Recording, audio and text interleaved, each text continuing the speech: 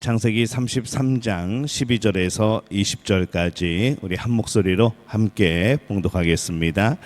에서가 이르되 우리가 떠나자 내가 너와 동행하리라.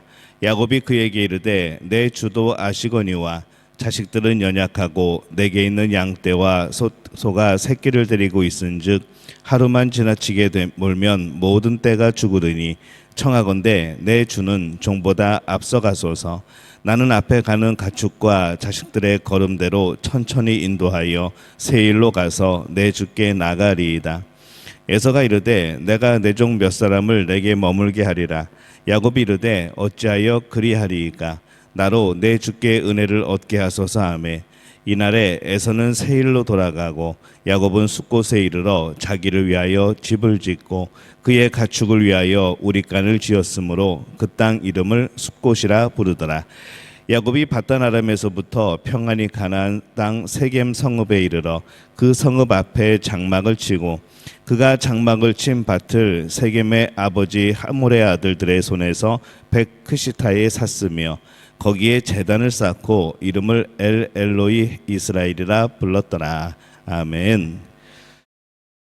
할렐루야. 하나님의 은혜가 여러분과 함께 할 줄로 믿습니다. 오늘 새벽에 하나님의 은혜 가운데 또 복된 시간 되시기를 바랍니다.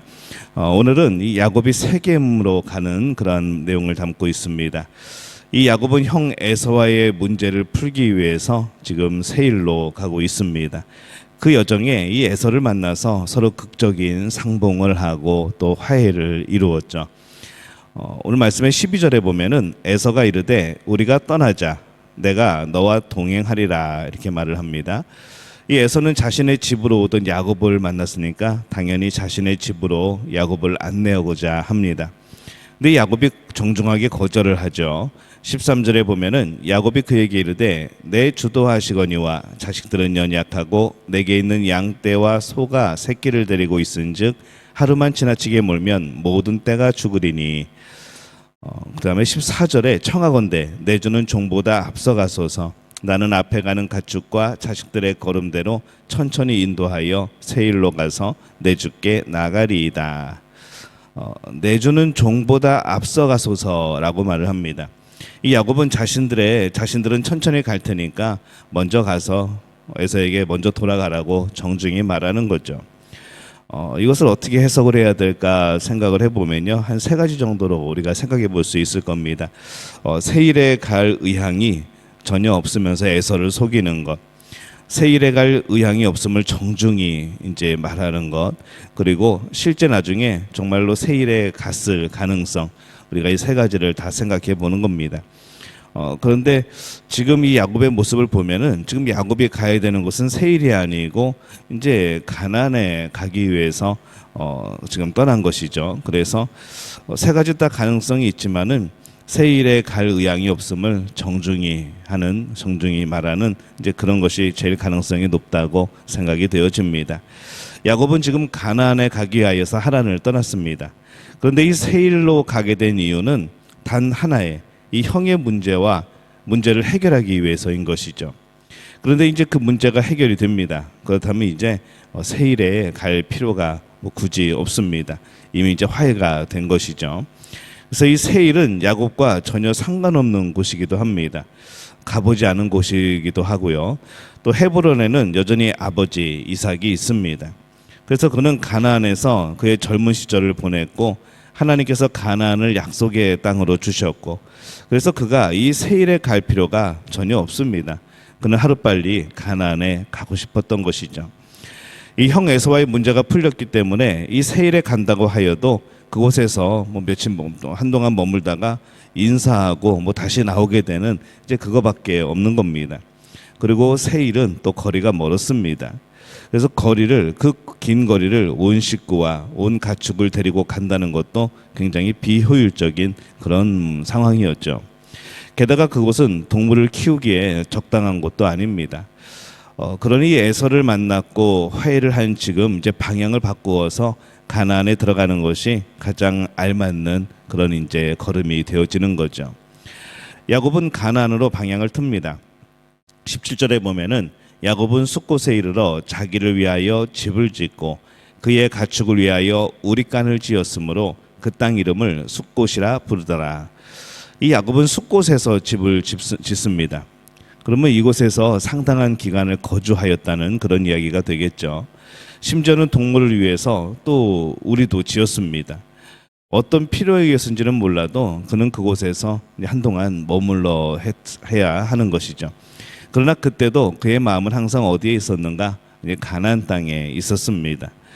이 숫곳은 장막이라는 뜻입니다. 그래서 그가 조금 더 머물렀지만은 그곳이 그가 뭐 끝까지 머물 것도 아니고, 그래서 이름을 숫곳이라 붙인 것이라 이제 그렇게 생각이 되어집니다. 건물은 집이었어도 마음은 장막이었던 것이죠. 건물은 오래 살 것처럼 했지만은 사실은 마음은 그냥 언제든지 떠날 수 있는 그런 장막에 불과했던 겁니다. 야곱은 드디어 가나안 땅에 들어가게 됩니다. 18절에 보면은 야곱이 밧단 아람에서부터 평안히 가나안 땅 세겜 성읍에 이르러 그 성읍 앞에 장막을 치고 이렇게 말씀을 합니다.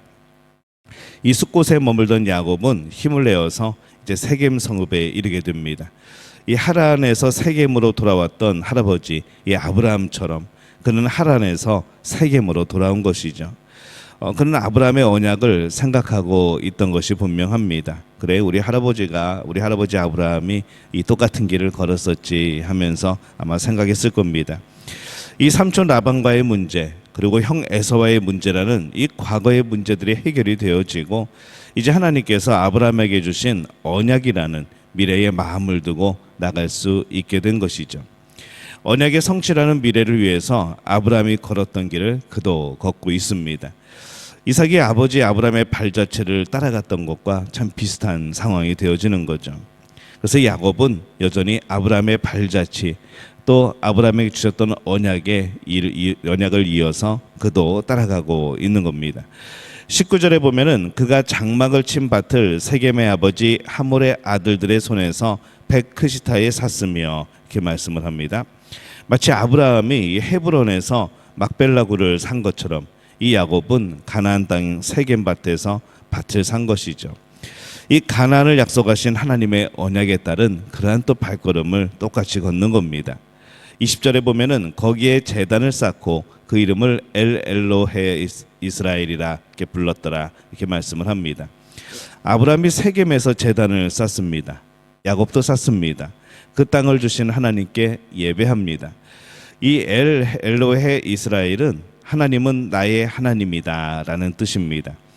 야곱이 베델에서 약속하였던 그것에 이행을 하는 것이죠.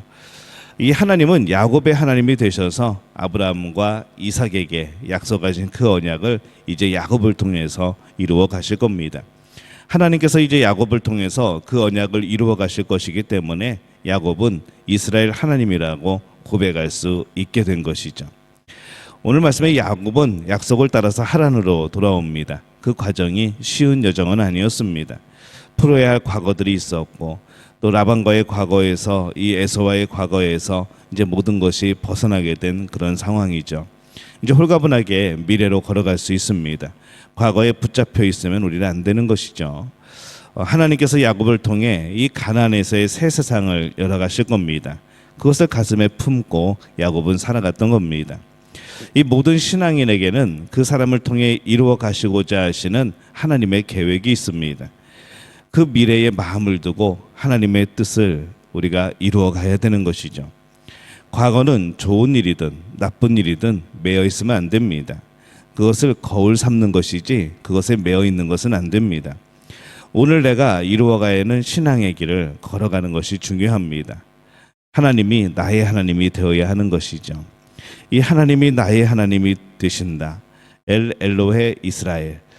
우리가 이스라엘에다가 우리의 이름을 집어넣을 수도 있겠죠. 하나님은 나의 하나님이 되신다.